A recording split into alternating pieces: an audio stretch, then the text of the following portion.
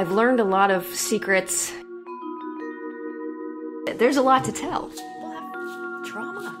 People, life is hard. Life is hard for people. Woman working in this industry, and I've read a lot. Some of them are awful. We have the opportunity right now to build it and build it right. Welcome to WeedBudzTV Radio. I am your host, Rye. You can find me on Instagram at WeedBudzTV with a Z, R-Y. In the studio with me today, of course, is Matt Perry, sound engineer extraordinaire. Hello, Matt. Check. What's up? You can find me on IG at DJ Matt Perry. Thanks for having me here, Rye. We have a super cool episode about LadyJane Branding. And what are we going to hear about today? So today we have a really special episode. We have Jennifer Whetzel from, as you mentioned, LadyJane Branding. And she is such an inspiring superpower. I mean, she is incredible. And I've had the fortunate opportunity to have met her now on a couple of different occasions, and most recently at MJBizCon, as we found many of our recent guests. But she's working on something that's really special. She is a marketing guru. She has strong branding skills to help small businesses identify themselves and identify their communication strategy with potential consumers. But she's also really focused on women in cannabis and female advocacy. And she's got a lot of power behind her words and a lot of power behind some of her projects. And I'm really excited to have her explain those projects to us today. So let's jump right in. Jennifer Whetzel of LadyJane Branding. Jennifer, thank you for joining WeedBudzTV Radio. You're welcome. We've had the pleasure of meeting now, I think, 2 or 3 times, and most recently at MJBizCon in Las Vegas. Was that your first visit? No, I went to MJBizCon last year just to scope it out. Sure. I was trying to decide what to build for my trade show booth. And so I was trying to see what was out there, and I got some good inspiration there. But it was a little too early. We didn't fully launch until January of last year. Okay, awesome. And so tell us a little bit about LadyJane Branding. Sure. Or a lot of it. I can tell you a lot of it. There's a lot to tell. I started LadyJane Branding a little over a year ago. I had a really rough year, lost a job, had to move my mom here and take care of her, got divorced, had PTSD. Oh yeah, car accident in there too. And between the PTSD and an immune disorder and an autoimmune disorder, going back to a day job really wasn't going to work for me. Sure. So I decided to create my own job. And because I was able to heal the PTSD and the immune disorder and the autoimmune disorder with cannabis and a number of other modalities, it seemed to me that working in the cannabis industry, giving back to those who helped me and to the plant that helped me made the most sense. Also, I felt very at home. So, I could see that there were a lot of entrepreneurs that needed help with branding. It's not their forte. It's not what they do. And I've learned a lot of secrets and tips and tricks and shortcuts that I thought could make it easier for entrepreneurs to do the branding themselves with a little bit of coaching. So, Sure. To not have to hire a big agency to do it. Right. Or an in-house salary person. Yeah, or even, to give them a little bit of an idea of how to, if they had to do it themselves. I mean, I do all mine myself, and, it helps to have inspiration. So what I created was a shortcut. I use archetypes in my branding. And archetypes are universal characters that you would recognize in any story, like a hero or an outlaw or a lover. And so when I say those characters, you can imagine what their personalities are like and what their values are and what they're all about. Sure. And I created 16 of these characters specifically for the cannabis industry. So, for example, a doctor, a healer, a stoner, an activist, a hippie, a rock star, and many more. Right. And I turned it into a multiple choice quiz. And the reason this works for branding is because once you know which archetype that you are closest to, that your brand is most like, then you use the qualities of that archetype in your marketing, in your advertising, in your copy, your messaging, your design. So say, for example, you're an activist brand. You know what an activist is like, you know? Right. So you would, if you were an activist brand, you use the qualities of an activist when you're talking about your messaging. So you might use words that denote action. You know, you're going to use, strong words.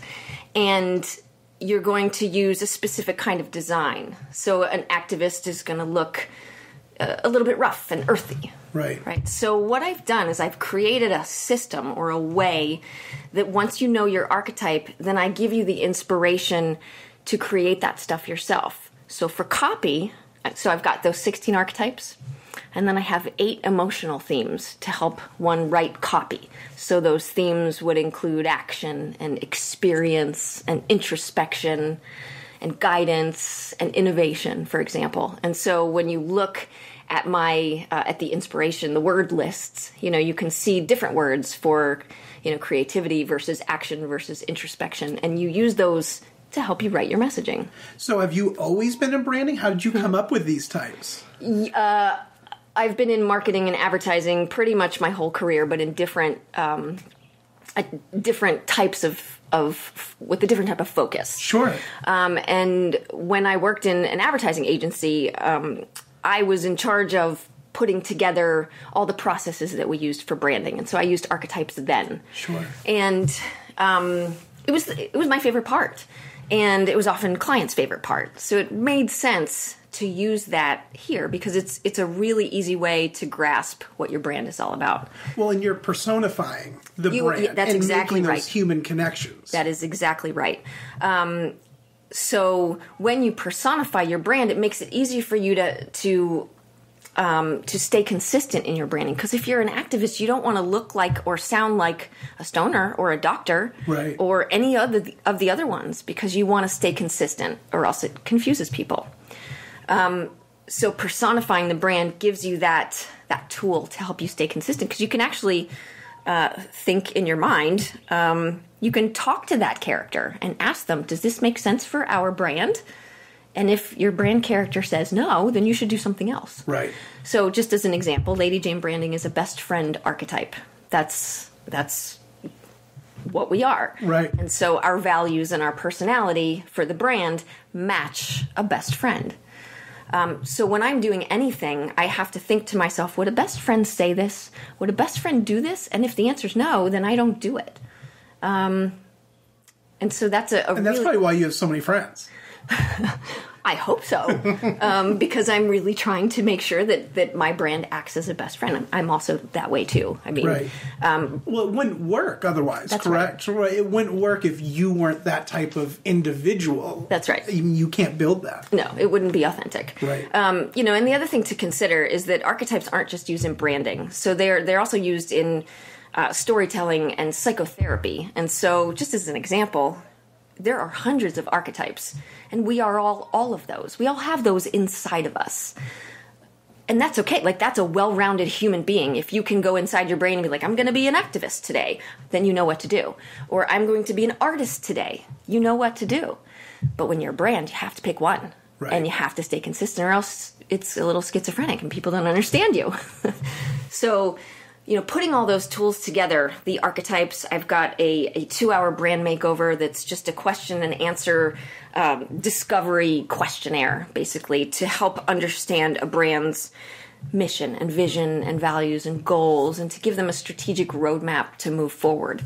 And that's important because every decision you make for your business should come back to your brand and your strategy. So if you don't have your brand strategy defined at the beginning of stuff you're doing, how can you make decisions that are specific to your brand and your strategy. You have to have that stuff written down. Well, and so I've taken your survey, and what I found fascinating by it is that I tried to get in the head of WeedBudzTV and kind of the entire platform that we're building, and it came out, the result was scientist. And I thought that was really fascinating, because if you look at kind of how WeedBudzTV has progressed over the last 2 years, there is this huge focus on trust and transparency, but innovation and technology. And so it was really cool for me, because I never would have imagined myself of that type, because I'm not a scientist. I was not good at chemistry. I was not good at biology in school.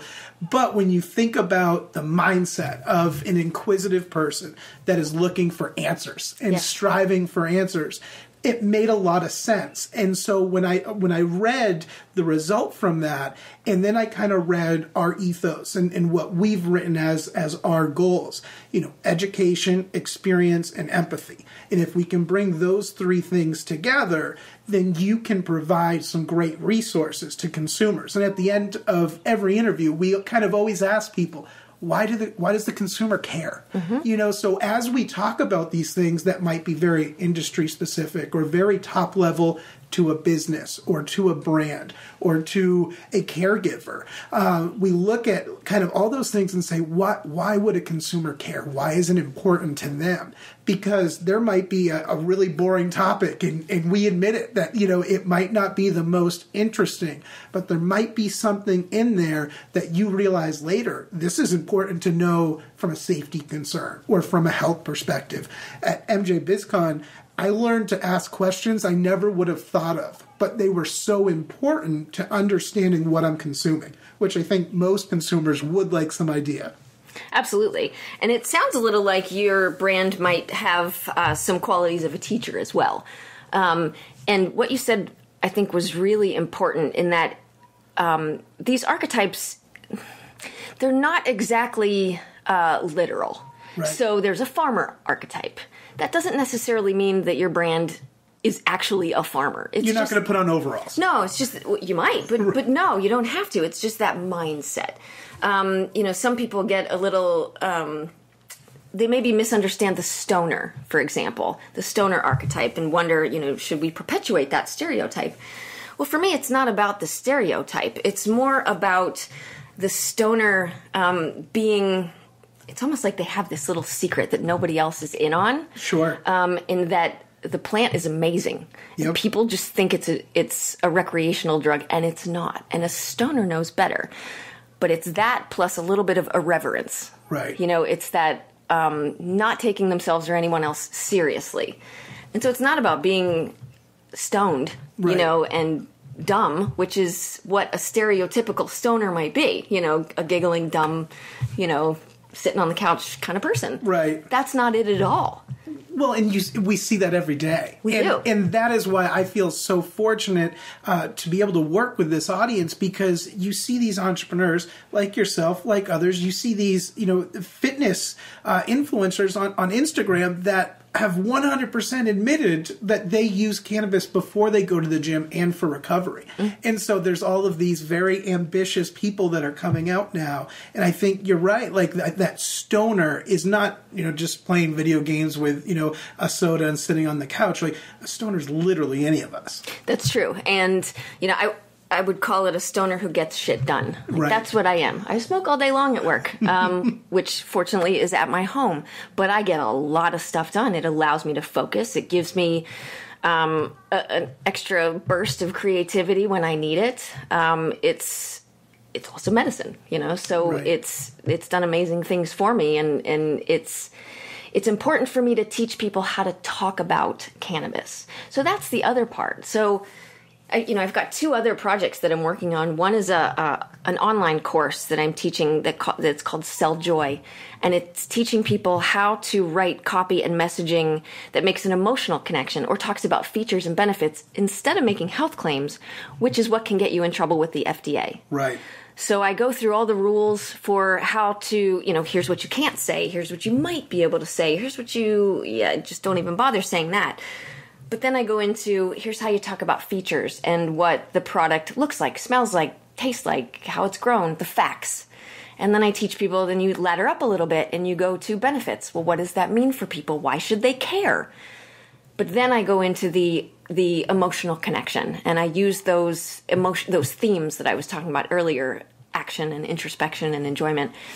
And I show people examples of ads, cannabis ads, that are using those feelings, those emotions to talk about cannabis in terms of, how it makes you feel adventurous or sensual or creative. And those are way better things to talk about than cancer or anxiety. Because it's my belief that if you sell hope, and that's what people are selling when you're selling a health claim, you're going to disappoint people. Right. Probably a lot of people. But when you sell joy instead, even if it's just, a placebo effect, sure, people are going to be happy when they use your product, and they'll tell their friends. If you tell them that you're going to cure their cancer and it doesn't, they're going to be disappointed and they're going to tell their friends. Right. So to me, it's just a better marketing strategy. And that is what I hope to be able to teach people, is how to get to that emotional connection, how to make people want to buy your products instead of a competitor's, and not necessarily just because of the health properties, because those health properties exist. You're not going to actually change those, really, right. what you're doing. So it's better to sell something else than health. Well, and you look at all of what people would consider, the household brands, right? They've found a way to do that and to kind of be a part of everyday life. And really, those are going to be the successful brands. But there's also something kind of uniquely human about them, right? Because even the biggest ones, we know their flaws. They're very transparent. You can't hide them when you get to a certain level. And so you need to be able to adapt to other things and connect in other ways. Right. And I think, we can all think of examples of companies that strategically do that, but then there's a blunder, right? Every couple of years, maybe there was just a bad tweet or something like this. And for me, anyway, I think that's something that's uniquely human about any business, right? Because there was, 1, 2, 3, maybe 7 people behind that decision, and so I love the way that you kind of bring all of this together. And let's look at, what are the goals, but also let's be realistic about what is the connection that the consumer is going to feel. And sometimes you need the outside perspective, because when you live it every day, I might have thought that, I was a rock star. And you know what, when you objectively look at it, to your point, you might have some of that in there, but here's all of these things that are also very true to you. Right. And as an example, I've had some clients where they take the quiz and they come up with an answer, and I've suggested a different approach, a different archetype, and that has worked really well in terms of helping the brand focus, but also take it to another level. The archetype where they were playing, it was a crowded market. And Sure. I said, if we go this direction instead, you're going to have this whole market to yourself. No one else is talking about this. Right. Go do this. Exactly. And that was a really good decision on that brand's part.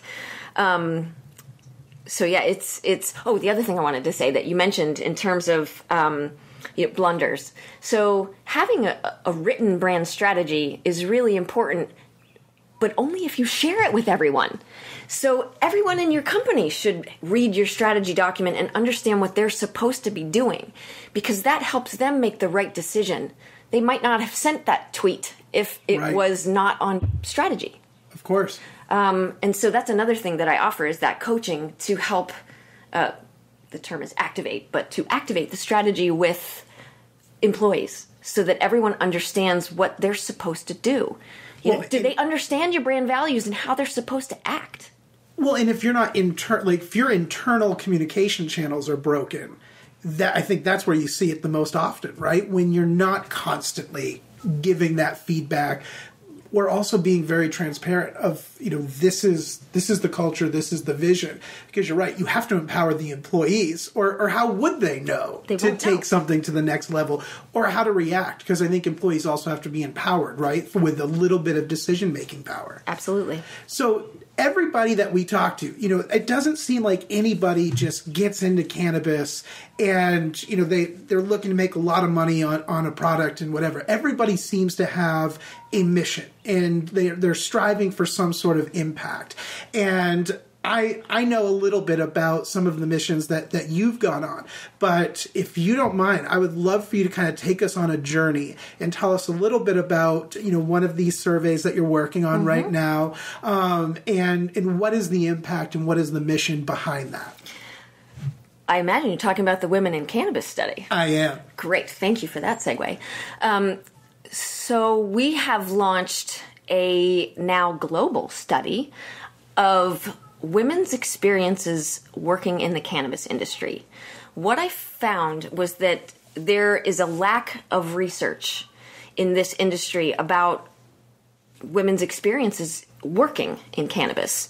There's lots of research in other industries about, what it's like as a woman in tech, for example, or in corporate America, finance. And that research helps figure out policies and procedures, to help make corporate America a more inclusive and diverse space for women. And because there was no data for this industry, I thought it would be wise to go get the data, because we are in cannabis and we keep hearing anecdotes aren't data. Go do the research. Okay, I will go do the research.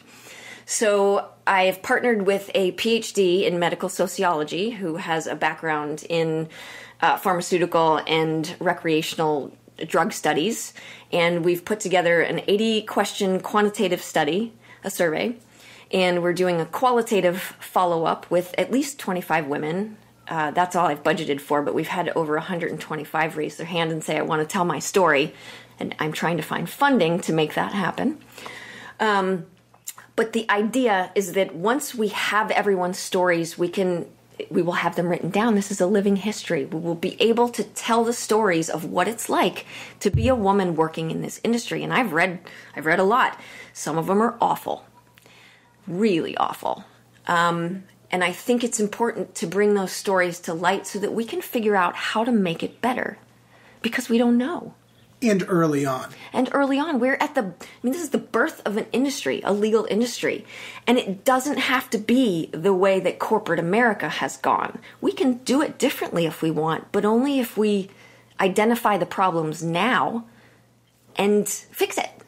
And that is what excites me so much about getting the opportunity to speak with you, because I wouldn't have gone into podcasting or into media, into cannabis, if it wasn't for individuals like yourself, where we can say, look, here's a brand new business. And for me, who has been a little bit of a scientist of history, if you will, you see how industries develop over time, and then the reactions over the course of history in any industry. We have the opportunity right now to build it and build it right. Yep. Rather than let's build this, put in a framework, in 25, 30 years from now, figure out how to fix these things. Let's fix it right now. It's a global issue, like you said. And here we are at the forefront of something that isn't even mature yet. Mm-hmm. So let's fix it. Let's nip it in the bud. Mm-hmm. Absolutely. In looking at the survey results so far, we've had not quite 300 women fill out the survey in the U.S. We also have a Canadian version, a UK version, and I'm in some discussions with the woman in Germany and Colombia. There's a lot of women who are raising their hands and are saying, I want this in my country. That's Bring amazing. it to me. I know, it's very exciting. And so those experts are raising their hands to help. And we are going to be rolling that out, as soon as we can. But some of the early results from the U.S., one that concerns me, it says that about 54% of women say that they have experienced bullying or lack of support from other women in the industry. And that shit needs to stop. I mean, we need to be able to support each other before we can ask other people to support us. Absolutely. So that brings something to light that starts a conversation, and can we all get along? Can we support each other and help each other out? This is hard. This is hard work, building an industry and building a company. And working in a formerly illegal industry that's moving into a legal one, there's no policies and procedures at companies. There's no HR in a lot of places. So how do we make it welcoming? I mean, how do we make it a space where women can feel comfortable and safe? Because I'll tell you what, some don't. Right. And that's unfortunate.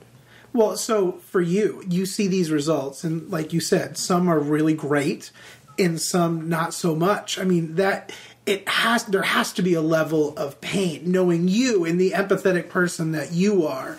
It has to be absolutely brutal. Some of these things that you see, and I'm sure you want to go to war, and you know that these are the battles that we need to figure out in order to win the war. Mm-hmm. It's incredible. I don't envy you having to read those responses, but at the same time, there must be some really great success stories as well. Yeah, there are. There have been some really great success stories that we've seen in the comments so far. We've also already done a series of video interviews. So when I sponsored the National Women of Cannabis Conference in Vegas in December, and Wendy Borman, who is the executive producer of the movie Mary Jane's The Women of Weed, she is working with me on this project. And so she came to Vegas, and we interviewed 16 women, really amazing women, including Stormy Simon, who is now the CEO of High Times, and Mila Jansen, who is the Hash Queen. So just some really great, amazing women. And so we're going to start rolling out those videos soon. But what I'll say is they had a lot of amazing success stories as well. So the opportunity is there. Absolutely. And we just need to help bring along the marginalized communities that either haven't been allowed to participate, have trouble participating. We got to help each other. Right. Well, and so that leads me to another question. This might be more of a philosophical or psychological question. But why do you think this is? We're taught from the age of 3 throughout our entire lives to just be good people. Why do you think some of these bullying activities take place? Well, if we want to go the psychological route, that people have trauma. People, life is hard. Life is hard for people. And we react to things inappropriately sometimes. Right. Something very interesting that has happened to me while I've been working on this survey is I have had to spend time reflecting on my own behavior over my career and my life, identifying my own unconscious biases. There's a lot. Sure. Reckoning with the things I've seen, done, said, heard, and didn't stop myself, stop someone else, defend other people. I was part of the problem. Sure. We have all been part of the problem at some point in our lives, and we have to remember that. We have all done something to somebody else at some point that was not nice. And it's never too late. And it's never, yes. So now I think before I speak. I think before I write. I think before I stop myself so that I can be a compassionate human to someone else. And not everyone takes that time because we're in a rush. We're so busy. Right. It's a process. It's a journey that we have to take ourselves on to examine our own behavior before we can expect others to do the same. It's funny, my late grandmother, there was times where, I would be at her house. We have dinner and we have this beautiful visit. And 2 or 3 days later, she will call and she starts with an apology of something that she said that went completely over my head. But in her mind, she was constantly overthinking everything that she said, which also was why everybody said she was the most kind human being in the world.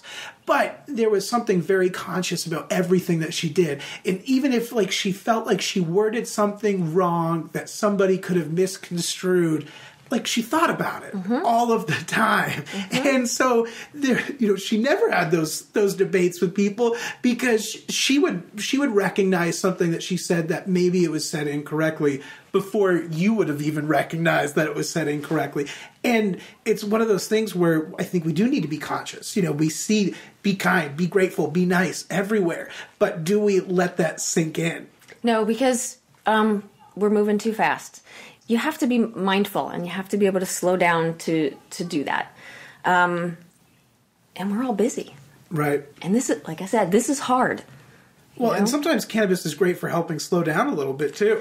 100%. I say way less jerky things. I would agree for myself. I say way less jerky things as well. It helps with introspection a lot. Right. Mm-hmm. So with this survey, you've talked about the videos. Take us to like the grand, to the next phase. You don't even have to explore the grand vision, because I know there's so many phases to this. But what are you hoping for? So you get 1,000 survey results. What's the next step? We're putting out a significant amount of content after the survey is complete. We have a 12-month content calendar. We're going to put out infographics every month that are summarizing different themes that are in the survey.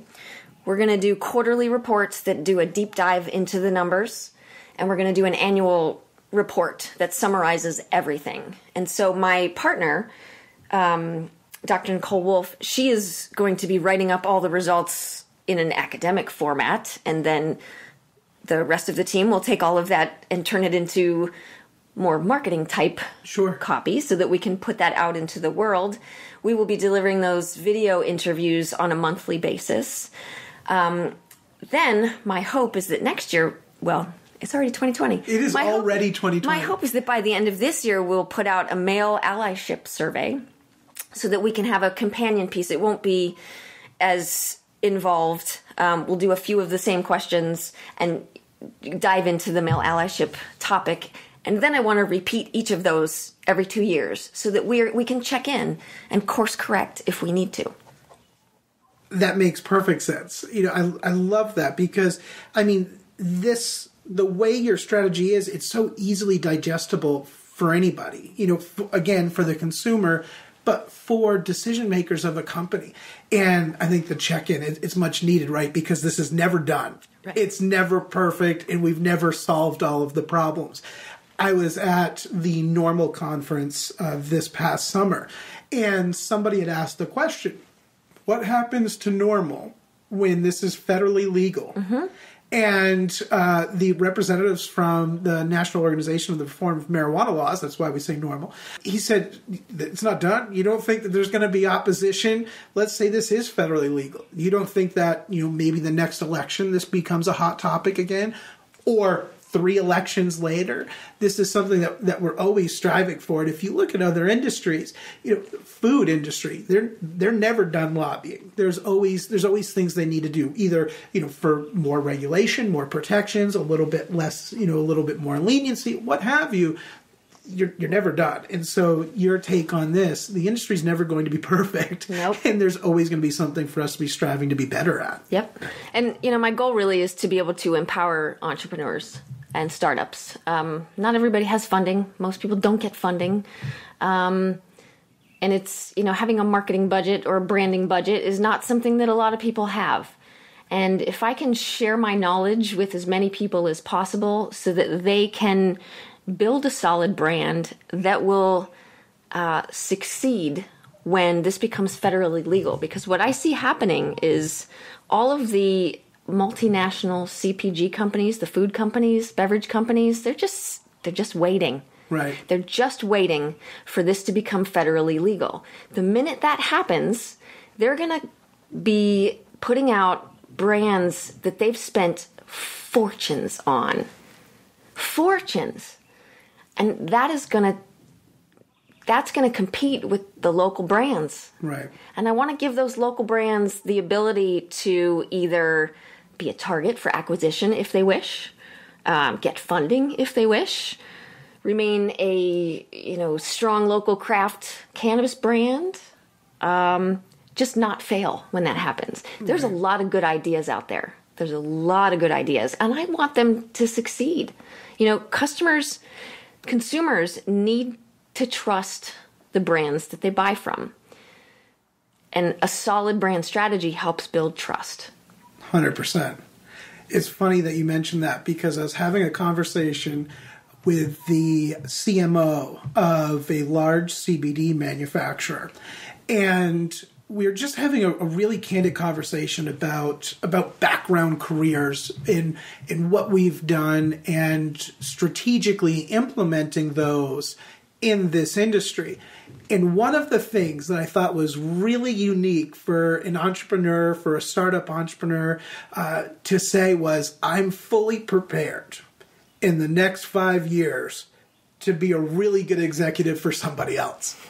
He knows that there's always going to be some limits, but as long as you work hard and you build that trust, and you're only going to build trust by producing the right product. And, but also being very fluid, that our impact in this marketplace, it might be one place right now, but tomorrow it could be someplace different. Yep. And what I found is a lot of entrepreneurs in this space seem to share that and recognize, look, this is way too new to say that this is the perfect product, this is the perfect brand, this is the perfect strategy, because this is going to evolve. And almost each month is going to be like a year for most industries. Yes. Are you seeing that? Oh, yeah, I see that. I mean, even with my brand, I've had to test and iterate, and that didn't work. Let's try this. And every brand is going to need to do that. If you are solidly dug in with just, everything has to be this way, it's going to be hard, because you have to be able to make changes and to pivot if necessary, because not everything's going to work. If I'm a business owner, or I'm anybody in the industry right now, how do I connect with you? My website, LadyJaneBranding.com, is one way. There's also the WomenInCannabis Study website, and it's not .com, it's .study. It's one of those new ones. On Instagram, LadyJane Branding and WomenInCannabis Study. And yeah, that's how you find me. That's how we find you. Yeah. Awesome. Well, thank you so much for joining WeedBudzTV Radio, and I hope we stay connected, and I hope we do a follow-up. I would love to hear how things are progressing at the end of the year. I'd love to do that too. This is just super powerful, and thank you so much for doing this. Thank you. I appreciate it.